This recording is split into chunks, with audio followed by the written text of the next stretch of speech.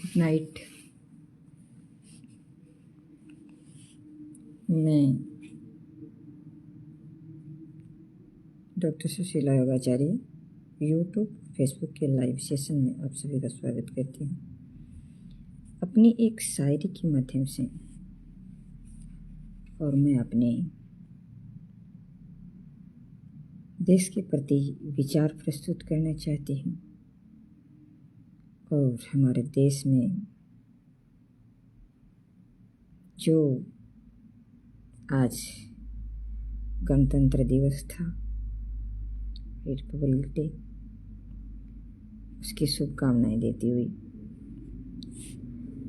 तो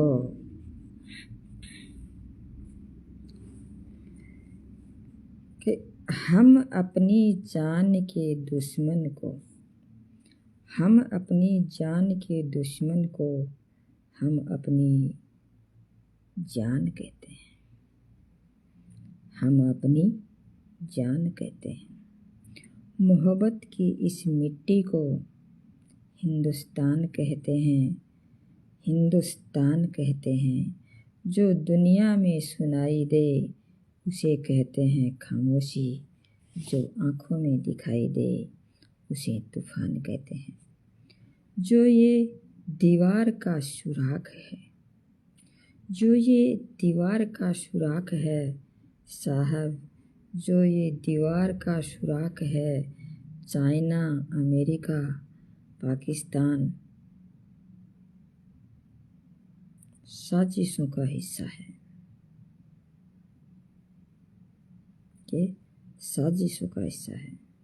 क्या बताया? जो ये दीवार का सुराख है साहब, जो ये दीवार का सुराख है, चाइना, अमेरिका, पाकिस्तान के साजिशों का हिस्सा है, मगर हम उसको अपने घर का रोशनदान कहते हैं। परम सम्माननीय निर्णायक मंडल के सदस्यों, यूट्यूब और फेसबुक के सभी गणमान्यों, मैं सुशीला अपने देश पर गणतंत्र के उपलक्ष्य में विचार प्रस्तुत करना चाहूँगी। आज़ादी का सही मतलब वही समझ सकता है जिसने कभी गुलामी को की हो। आज़ादी का सही मतलब वही समझ सकता है जिसने कभी गुलामी की हो। हम सौभाग्यशाली हैं कि हम स्वतंत्र भारत में जन्म लिया है। यूँ तो आज़ादी की तो लोग 1857 में, जैसे 1857 की क्रांति हुई थी, उससे ही ये लोग जलना शुरू हो गई थी, मतलब वहाँ से जल चुकी थी। जो आज विशाल बन करके 1947 में अपने देश को आज़ाद कराया था। प्राचीन मध्यकाल और मध्य भारत के दृष्टांतों से स्पष्ट करना चाहूँगी कि जब हम फिरंगियों के फेरे में फंस गए थे तो रंग दे बसंती चोला की आवाज़ पर लोग टोलों के टोले उमड़ आते थे और उनके वंदे मातरम के नारों से खून में आने वाला 5-5 डिग्री का तूफान अंग्रेजी की शासकों को जड़ों में घाव करता था। मैं तूफान ला देता था, लोग मर जाते थे, मिट जाते थे। लोग क्या करते थे? मर जाते थे, मिट जाते थे,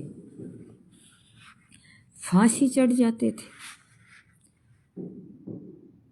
तो वो अपने देशभक्ति साबित कर रहे होते थे। फांसी पर चढ़ना, मर मिट जाना, कुछ कर गुजर जाना। ये क्या करते थे? अपने देश की भक्ति या को साबित करना चाहते थे, क्योंकि ये देश की भक्ति की कसौटी थी।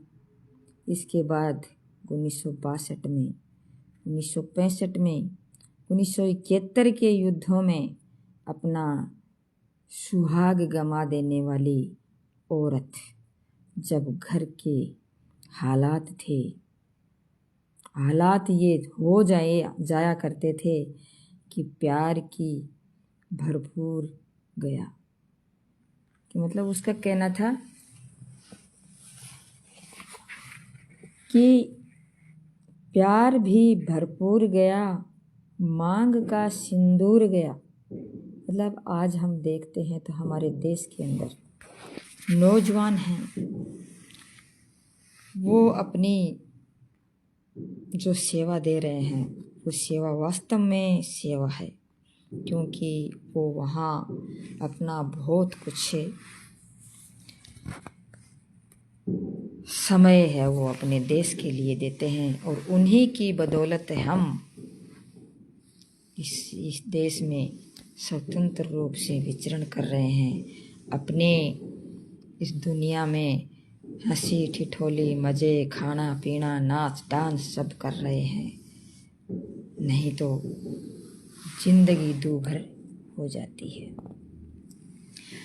तो क्या कहते हैं कि प्यार भी भरपूर गया, मांग का सिंदूर गया, नन्हे निन्हालों की लंगोटियाँ चली गई, छोटी बेटियों की चोटियाँ चली गई, बाप की कमाई गई, भाई की पढ़ाई गई। ऐसे एक विस्फोट हुआ, पता ही चला नहीं कि जिस्म की कई बोटियाँ चली गई। प्यार भी भरपूर गया, मांग का सिंदूर गया, नन्हे नौनिहालों की लंगोटियाँ चली गई, छोटी बेटियों की चोटियाँ चली गई, बाप की कमाई चली गई और भाई की पढ़ाई चली गई। ऐसा एक विस्फोट हुआ कि पता ही नहीं चला कि जिस्म की कई बोटियाँ चली गई, बोटी बोटी हो गई थी। और आपके लिए एक आज़ादी फिर कहती है कि आपके लिए और आपके लिए एक आदमी मरा है साहब, किंतु मेरे घर की तो रोटियां चली गई, किंतु मेरे घर की तो रोटियां चली गई। तो वो इस प्रकार से करते हैं, अपनी सेवा देते हैं देश को। रोटियां चली गई वाले हालात पैदा हो जाने के बावजूद भी एक माँ अपने बेटे को सरहद पर दुश्मनों की धज्जियां उड़ाने के लिए भेज देती थी। देश में ऐसा हुआ करता था। और जब जाकर के हमें आज़ादी मिली थी, जैसे हम सब जिस प्रकार से मतलब कोई भी एक काम करते हैं, कोई निर्णय लेते हैं या फिर कोई भी समाधान करते हैं या कोई समस्या का समाधान करते हैं, बहुत टाइम ले लेते हैं। इतना टाइम अगर हम लेना होता ना उस क्रांतिकारियों का, तो देश आज़ाद कभी नहीं होता और सारी हमारे देश के जो क्रांतिकारी है वो ख़त्म हो जाते। तो चंद मिनटों में उन्होंने अपना निर्णय दिया था और चंद मिनटों में करके दिखाया था। तो क्या करते हैं, वो धज्जियां उड़ाने के लिए, दुश्मनों की धज्जियां उड़ाने के लिए अपने बेटे को भेज देती थी और उसे पत्र में लिखा करती थी कि अम्मा ने पत्र लिखा है बड़े चाव से, कि माँ ने पत्र लिखा है बड़े चाव से, पुत्र में ना घबरा जाना, पुत्र मेरे घबरा मत जाना, एक इंच भी पीछे ना हट जाना, चाहे इंच इंच कट जाना, तब देश मेरे मर जाने का, मिट जाने का, फांसी चढ़ जाने को कहता था। फिर भी क्या है, वो क्या है कि देश के लिए ऊपर मर मिटने के लिए कहती थी, फांसी चढ़ने के लिए कहते थे, लेकिन कभी भी घबराने के लिए नहीं कहती थी। आज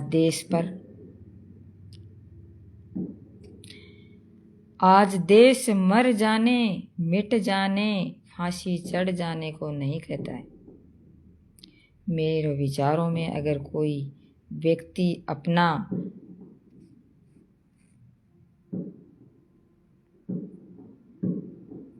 ईमानदारी से अगर काम कर, लगन से और मेहनत से करे अपना काम, तो वह सबसे बड़ा देशभक्त है। अगर कोई भी काम आदमी करता है, लगन से करता है, मेहनत से करता है और ईमानदारी से करता है, तो मैं तो ये मानती हूँ कि सबसे बड़ा देशभक्ति है। ईमानदारी रही कहाँ है? छल है, कपट है, जैसे मैंने न्याय में बताया था आपको। छल, कपट, वितंडा, जल्प, इस प्रकार की चीज़ें आज चल रही हैं। कुछ सुलझे हुए व्यक्ति हैं, वो अपनी मेहनत कर भी रहे हैं, अपने वीडियो डाल भी रहे हैं, अपने से जितना बन पड़ता है वो करने का प्रयास कर रहे हैं, लेकिन फिर भी वो बात नहीं है जो पहले हुआ करती थी। बड़ा देशभक्त उसी को मानती हूँ। मैं नहीं मानती कि फेसबुक और व्हाट्सएप की डीपी को 3 रंगों में रंगना ही देशभक्ति है। आजकल लोग करते हैं, देखा देखी चली है। अपने परिवार से बात करना, समाज से बात करना, घर से बात करना या फिर फ़ोन करना, उनसे मिलना, ये सब भूल चुके हैं लोग। फेसबुक की डीपी और व्हाट्सएप की जो डीपी है उसी में खोए रहते हैं। और तो और देश का जो है जो दो त्यौहार हैं उसको भी फेसबुक व्हाट्सएप की डीपी में 3 रंगों में रंगना ही देशभक्ति मानते हैं। और 3 रंग का जो झंडा है उस झंडे को झंडे की फ़ोटो लगा देते हैं और अपनी फ़ोटो लगा देते हैं, और उससे काम चल जाता है। ये बहुत ही अफसोस की बात है कि यहाँ तक सीमित रह गए, तो सोचनीय स्थिति है। और अगर आप कहेंगे कि साल में 2 बार ही मतलब हमारा जो त्यौहार आता है, गणतंत्र दिवस और स्वतंत्रता दिवस, तो अगर आप कहेंगे कि साल में 2 बार हाथ में तिरंगा ले लेना देशभक्ति नहीं है, मैं मानती हूँ कि देशभक्ति नहीं है, लेकिन आप कह सकते हैं कि देशभक्ति है। तो मैं पूछना चाहूँगी कि फुटपाथ पर रहने वाले बच्चा जब ट्रैफिक की छाँव में नंगे पांव जब तिरंगा बेच रहा होता है, तो क्या उसे उसकी देशभक्ति कहेंगे? नहीं, ये उसकी देशभक्ति नहीं, उसके भूख की शक्ति है। उसके अंदर पेट में भूख है, उस भूख की शक्ति है, उसे ऐसा करने पर मजबूर करती है। क्योंकि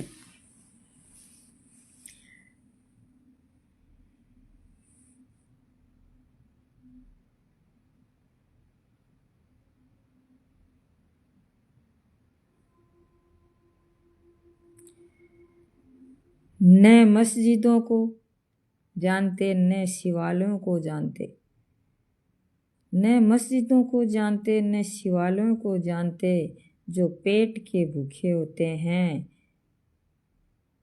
ना वो सिर्फ भोजन के निवालों को जानते हैं, वो सिर्फ भोजन के निवालों को जानते हैं। अगर भूखा व्यक्ति होगा तो पहले उसे पेट के अंदर चूहे दौड़ रहे हैं, उसकी भूख की खाने की ज़रूरत होती है, कहाँ इस प्रकार से करे। तो उसको भी आगे मैं आपको बताऊंगी, उसको भी उसका कि क्या करना है। उसे भी सिर्फ 2 वक्त की रोटी जैसे मिल जाती है उससे काम नहीं चलने वाला। अगर मान लो आज एक व्यक्ति या एक सरकार जब उससे खाना देती है, अगर दूसरी सरकार मान लो नहीं देती है तो उसका तो खात्मा निकल जाता है ना। तो अपने परिवार, अपने समाज, अपने देश के लिए समर्पण का भाव है। देशभक्ति, हमारे देश है, परिवार है, समाज है, उसके प्रति जो हम समर्पण का भाव रखते हैं उसे देशभक्ति कहते हैं। हर देशद्रोही के जीवन में आने वाले तूफान हैं हमारी सच्ची देशभक्ति, ताकि हर देशद्रोही ये समझ सके कि अगर तू ये परिंदा है तो ये आसमान तेरा है, और अगर तू दरिंदा है तो ये शमशान तेरा है। भाईचारे से रहना है तो रह ले इस जमीन पर, वरना ये कब्र भी तेरा है और ये कब्रिस्तान भी तेरा है। लेकिन एक देशद्रोही से ज़्यादा देशभक्ति तब आहत होती है जब एक बेटा अपनी बूढ़ी माँ बाप को वृद्धाश्रम में या वृद्धाश्रम की चौखट पर छोड़ आता है। बहुत सी शर्म की बात है और आज हमें बहुत जगह देखने को मिलता है। कर्राह उठती है जब वो देशभक्ति मुसीबत में फंसे लोगों की जान बचाने से ज़्यादा सेल्फी लेकर अपनी, मतलब कर्राह उठती है। वो कहते हैं करा उठी हमारी जो ये चीज़ें हैं, मन ही कर्रा उठता है। तो कर्रा उठती है जब वो देशभक्ति जो मुसीबत में फंसे लोगों की जान बचाने से ज़्यादा सेल्फी लेकर के, आजकल सेल्फी का जो चला हुआ है, तो सेल्फी लेकर के लाइफ बनाने में लगे रहते हैं। आज के इस दौर में वो युवा जिनके ऊपर जिम्मेदारी थी और अपने देश, समाज और राज्य की, वही युवा अब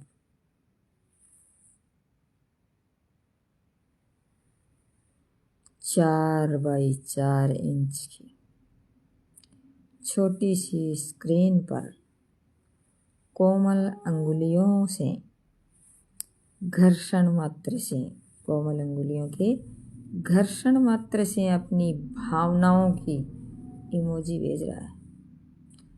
4 बोतल वोट का काम मेरा रोज का भारत का भविष्य तबाह कर रहा है। हम ना एक ऐसे समाज में जीते हैं जहां लड़कियों से बात करता देख जो भाई हड़कता है, वही भाई गर्लफ्रेंड के किस्से घर में हंस हंस के सुनाता है।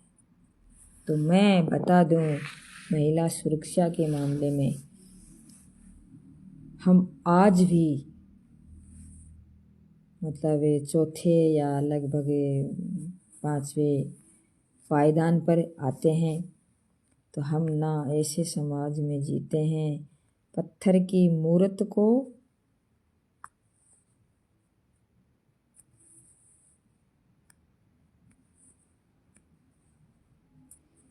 क्या करते हैं, पत्थर की मूर्त को 56 भोग लगाते हैं और मूर्ख नंगे तड़पते हैं।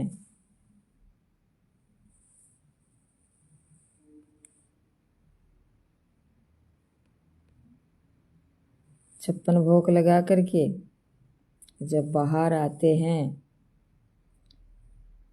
तो छोटे छोटे बच्चे या गरीब या फिर और भी बहुत से लोग हैं, वो क्या करते हैं, बाहर खड़े भूख से और नंगे तड़पते सो जाते हैं लोग।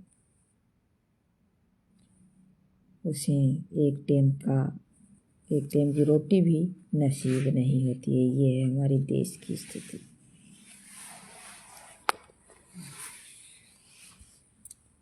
मजदूर को मजदूर समझिए, मजबूर नहीं।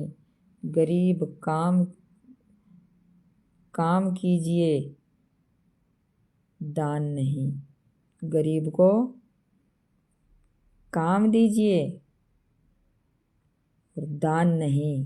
अगर गरीब को हम दान दे देंगे तो उसे काम करने की कब मन में आएगी, कैसे कर पाएगा? तो वो पड़ा खाने की पड़खाऊ बन जाएगा, पड़ा खाने की जी उसकी मन में आ जाएगी।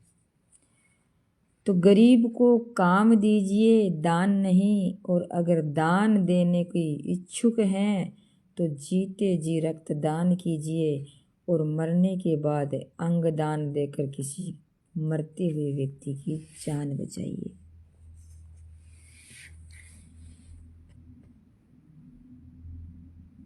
यही सच्ची देशभक्ति है और यही सच्चा राष्ट्र प्रेम है। ना सरकार मेरी है, ना रब मेरा है। ना सरकार मेरी है, ना रब मेरा है, ना ही ये बड़ा सा नाम मेरा है। बस इतनी सी बात का गुरूर है मुझे कि मैं भारत की बेटी हूँ और ये भारत मेरा है। परंतु ये बेचारी बीमारी है वो हमारे समाज को नज़र आती है। कहाँ जाता है कि हम सबसे बड़े लोकतंत्र हैं। लोकतंत्र कहाँ छुपा रह गया ये पता नहीं। जहाँ हिंदू पैदा होते हैं, मुस्लिम सिख ईसाई पैदा होते हैं, लेकिन बदकिस्मत है कि इंसान पैदा नहीं होता है। मेरे विचार में न हिंदू की ज़रूरत है न मुसलमान की ज़रूरत है। राष्ट्र निर्माण में केवल अच्छे इंसान की ज़रूरत है। राष्ट्र निर्माण में केवल अच्छे इंसान की ज़रूरत है। ज़रा सोच कर देखिए, ये पेड़ पौधे शाखाएं भी परेशान हो जाएं, अगर परिंदे भी हिंदू मुसलमान हो जाएं। एक शैक्षिक बीमारी भी मुझे इस समय नज़र आती है और शैक्षिक ही आश्चर्य की बात है और बड़े ही आश्चर्य की बात है इस शिक्षा में कि देश ने दुनिया को तक्षशिला एवं नालंदा देकर के विश्वविद्यालय शिक्षा की बुनियाद रखी थी। आज हमारे देश में एक भी ऐसा विश्वविद्यालय नहीं खड़ा हो जाता है। बता दूं, हमारे देश में एक तरफ IIG, IIM जैसी शिक्षण संस्थान है, वहीं दूसरी ओर देश के उनके गरीबों को बेरोजगारी की जमात से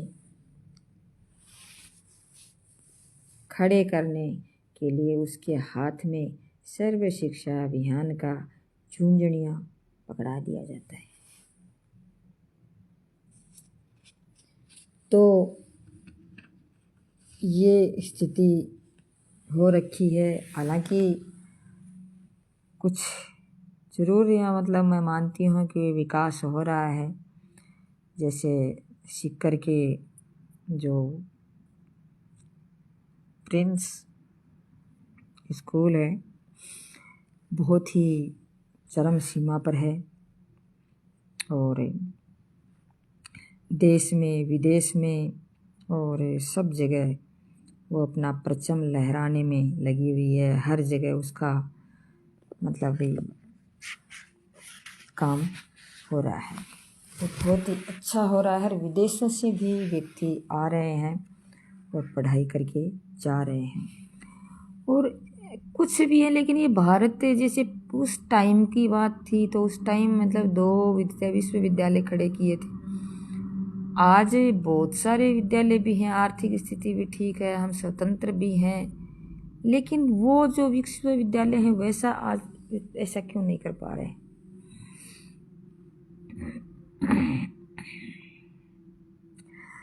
और मैं बता दूं कि इस शैक्षिक बीमारी का एक कारण हमारे देश की शिक्षा नीति केवल 2 तरह के लोगों के लिए बनती है।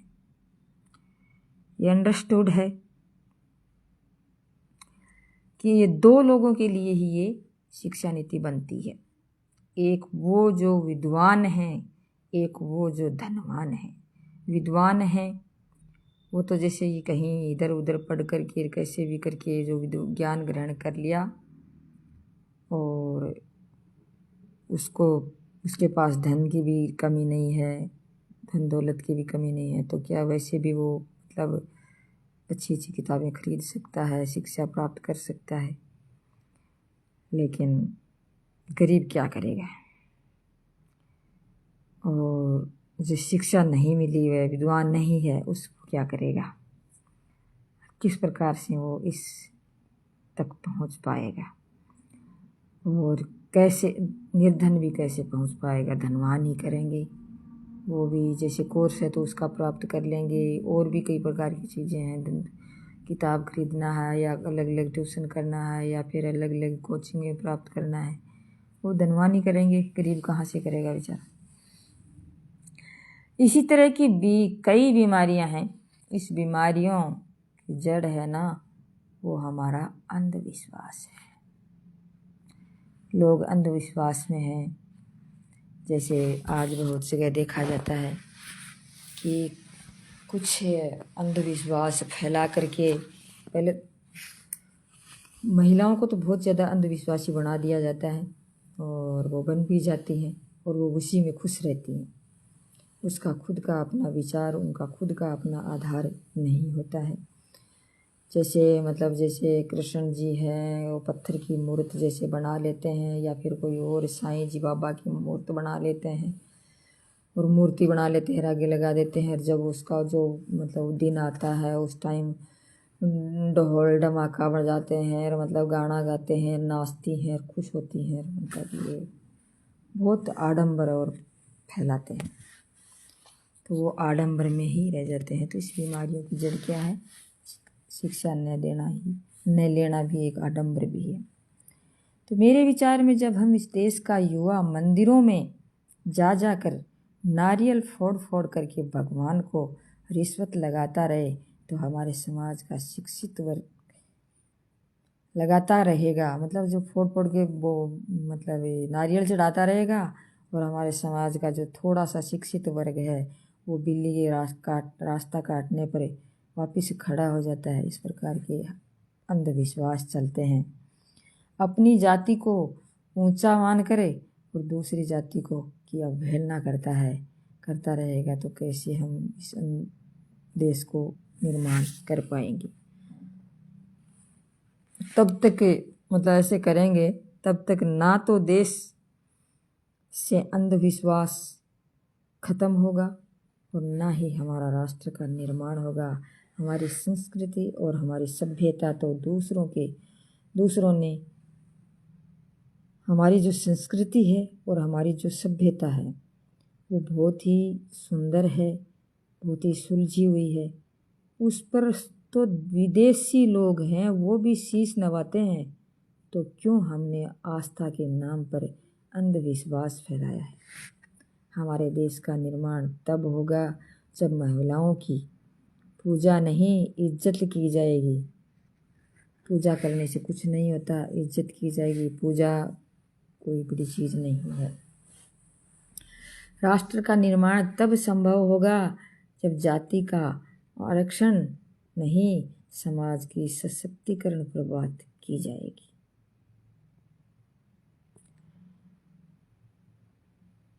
समाज को क्या करना है कि हमारे समाज के प्रत्येक वर्ग को और सबको एक मान करके जब हम उसके सशक्तिकरण पर ध्यान देंगे, उसको सशक्त बनाएंगे, ज्ञान रूप से, विद्वता से, उसके शिक्षा से या फिर उसको आर्थिक रूप से, तो ऐसे करके उसको शिक्षा की जो दहलीज पर भेज करके उसे शिक्षित बनाएंगे, सशक्त बनाएंगे और उसको रोटी अपना खुद पैदा कर सके, उसके लायक बनाएंगे, तब होगा। राष्ट्र में निर्माण तब होगा जब स्वच्छ अभियान के साथ साथ सड़क पर चलने वाले सब व्यक्ति हाथ बटाएंगे। स्वच्छ भारत और स्वस्थ भारत दो दिल से अपनाएंगे, जिसको हम दिल से अपनाएंगे, मतलब स्वस्थ भारत और स्वच्छ भारत को हम दिल से अपनाएंगे, न कि रैलियों के माध्यम से, नारों के माध्यम से। हम इस बाज़ार में, हम गांव के सड़कों पे, हम गांव के रास्तों पे और इसके ढोल पीटते रहेंगे ना, तो उससे हमारा देश का निर्माण नहीं हो सकता। करना पड़ेगा। जैसे योग में मानती हूँ कि योग के माध्यम से हम देश को स्वस्थ कर सकते हैं और हमारे देश की वो आदमी है, व्यक्ति है, इस योग के माध्यम से उसका आंतरिक स्वस्थ और बाह्य स्वस्थ हम बना सकते हैं। आंतरिक स्वच्छ और बाह्य स्वच्छ हम बना सकते हैं। अब आंतरिक स्वच्छता कब आएगी? जब हमारे अंदर अपने विचारों में चेंजिंग आएगी, हम विचार चेंज करेंगे तब आगे। बाहरी स्वच्छता, हम अपना स्नान करना है, नहाना धोना, अपने व्यक्तित्व को सुधारना, बातें बाहर अच्छी अच्छी करना, अच्छे अच्छे विचार रखना और अपने आप को टिप टॉप रखना होगा। मेरे जैसी की कोई बात नहीं है, क्योंकि मेरे जैसी तो बीमार व्यक्ति होते हैं, तो उसको तो थोड़ा सा माफ़ कर दिया करो, कोई खास बात नहीं, बीमार की चलती है।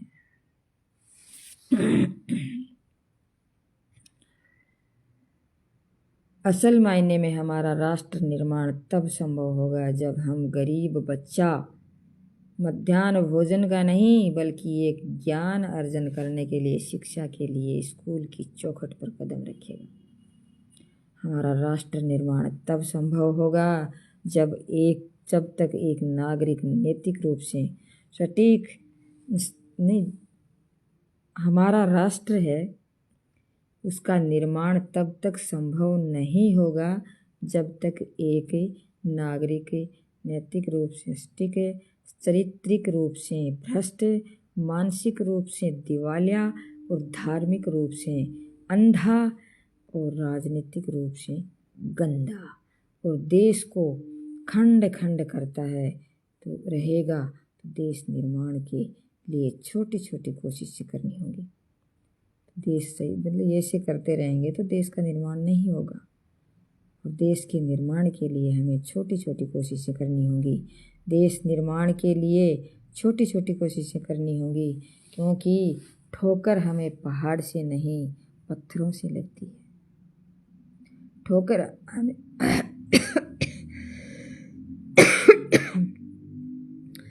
ठोकर हमें पहाड़ से नहीं लगती है, ठोकर हमें पत्थरों से लगती है। पहाड़ को तो हम जाते, जैसे पहाड़ से तो कई दूर अलग होकर के जाते हैं, छोटे छोटे पत्थर पड़े होते हैं ना, उससे हमारे रास्ते में ठोकर लगती है। और मैं सैल्यूट करना चाहूँगी सीमा पर खड़े जवानों की, कि इस पुलिस की, प्रशासन की, किसानों की और इस देश के हर उस व्यक्ति को जो अपना काम पूरी ईमानदारी से करते हैं, पूरी मेहनत से करते हैं और पूरी लगन से करते हैं। इसके बिना राष्ट्र का निर्माण की कल्पना करना तो असंभव है। आज इस मंच पर पूरी जिम्मेदारी के साथ मैं अपनी भारत की बेटी कहती हूँ कि हमारा राष्ट्र का निर्माण संभव होगा, हम सब मिलकर प्रयास करेंगे। तब जब हम मिलकर प्रयास करेंगे तो हमारा राष्ट्र का निर्माण जरूर होगा। लेकिन कहती हूँ कि मैंने कल भी परसों भी कहा था कि जब हम कदम से कदम मिला करके चलेंगे तो स्त्री हो या पुरुष हो या छोटा हो या बड़ा हो, बच्चा हो या बूढ़ा हो, सब मिल करके, सभी को सम्मान दे करके, सबका अपना एक वजूद स्थापित करके, सभी को अपनी अपनी जगह ईमान सम्मान मान दे करके, और सब मिल करके, सभी एक दूसरे का हाथ बटा करके हमें देश का निर्माण कर सकते हैं। देश की जिम्मेदारी नहीं है कि हमें आगे ले जाने की, हमें आगे ले जाने की, मतलब देश की जिम्मेदारी नहीं है कि हमें आगे ले जाए, हमारी जिम्मेदारी है कि हम देश को आगे ले जाएं।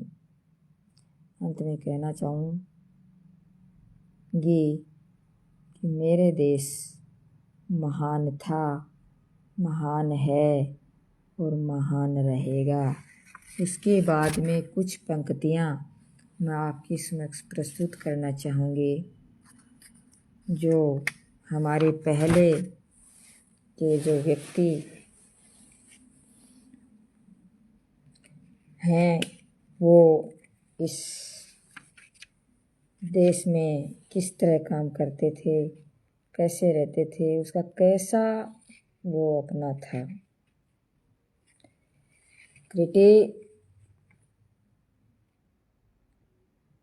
क्या बोलते हैं, मेरा नाम याद नहीं आ रहा अभी, लेकिन फिर देखेंगे, कोई ख़ास बात नहीं है, अभी वो नाम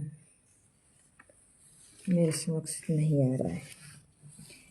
लेकिन चलो, कुछ ऐसे भी सुंदर सुंदर विचार, हमारे देश की सुंदर सुंदर बातें कुछ हैं जो भी मैं आपके समक्ष से प्रस्तुत कर देती हूँ, जो हमारे ज़माने में पहले हुआ करती थी और कहीं कहीं या अब भी कुछ होने लग गई है। तो मैं कहती हूँ कि मेरा भारत महान कल भी था, आज भी है और कल भी रहेगा। तो मैं उस भारत से हूँ, मैं भी वैसी हूँ जैसे आप माँ भारती की संतान है। आपकी तरह मेरी सराओं में भी तपस्वियों का, जो हमारे ऋषि महर्षियों का देश भरा है। तो प्रणाम करके अभिवादन करना हमारे देश की परंपरा रही है। उस भारत से आती हूँ जिसके होठों पे गंगा और हाथों में तिरंगा, वो भारत जो कभी सत्य शिवम सुंदरम, कभी वंदे मातरम और कभी पंजाब सिंध गुजरात मराठा द्रविड़ उत्कल बंगा। मैं उस भारत की बेटी हूँ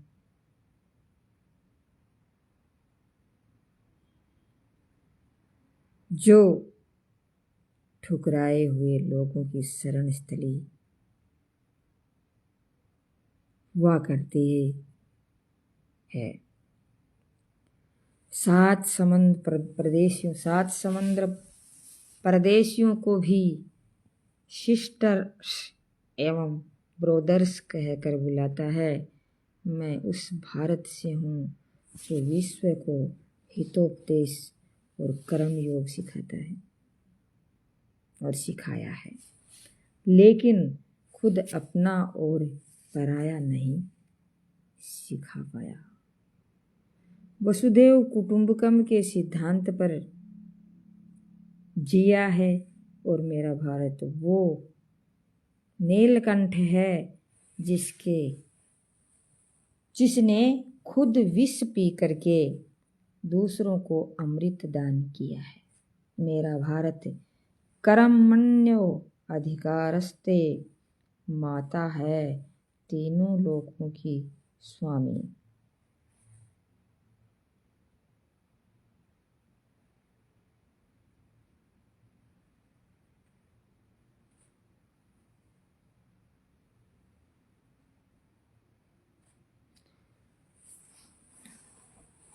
मतलब क्या, यहाँ थोड़ा सा मिस हो गया मेरा, कि कर्मण्ये माँ अधिकारस्ते माता गाता, ये मेरे को आ नहीं रहा भी, देखो पूरा, सॉरी माफ़ी चाहूँगी, पता नहीं क्या है पूरा, जब तक संस्कृत का ये पूरा नहीं बोला गया, पूरा थोड़ा सा भी अगर इधर उधर हो जाता है तो गलत हो जाता है। तो तीनों लोगों के स्वामी होंगे भी माखन चुराता है, मतलब तीनों लोगों के स्वामी होकर के भी जो अपना कृष्ण जी है माखन चुराता है, महाअवतार होके भी माँ के हाथों मार खाता है। ये भी हमारे देश में हुआ है। मैं गौतम बुद्ध जी के मैंने पीछे मेरे एक स्पीच में आपको कुछ बताया था, वैसे ही जैसे गौतम के भारत से आती हूँ जनहित के लिए एक पुत्र, उन्होंने क्या किया, जनहित के लिए अपने एक पुत्र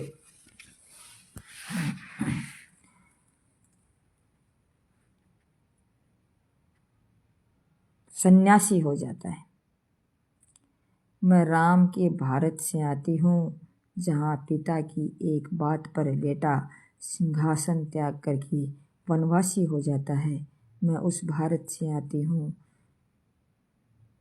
को स्त्री को उसके स्वाभिमान से पहचाना जाता है। एक कुंवारी को माँ कुंती के नाम से जाना जाता है। 5 पतियों वाली द्रौपदी को देवी मानता है। मेरा भारत आकाश सा बलवान है, फिर भी धरती सा धैर्यवान है।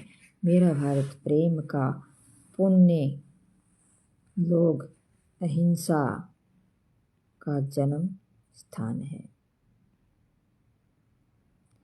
लेकिन नारी का अनादर हो जाए तो हमारा बच्चा बच्चा हनुमान हो जाता है। पढ़ो हमारा इतिहास, हमारी मस्तक पर छपा है। एक दुशासन ने हमारी बेटी को आंचल खींच लिया। एक दुशासन ने हमारी बेटी का आंचल खींच लिया। हमने 100 भाइयों की चिता जला दी। एक रावण ने हमारी माँ का हरण किया और हमने पूरे राक्षस की लंका जला दी। मैं उस भारत से आती हूँ, न कभी रुका। मैं उस भारत से आती हूँ जो शांति का पहला शंखनाद है, मानवता का अंतिम अक्षरा है, आसरा है।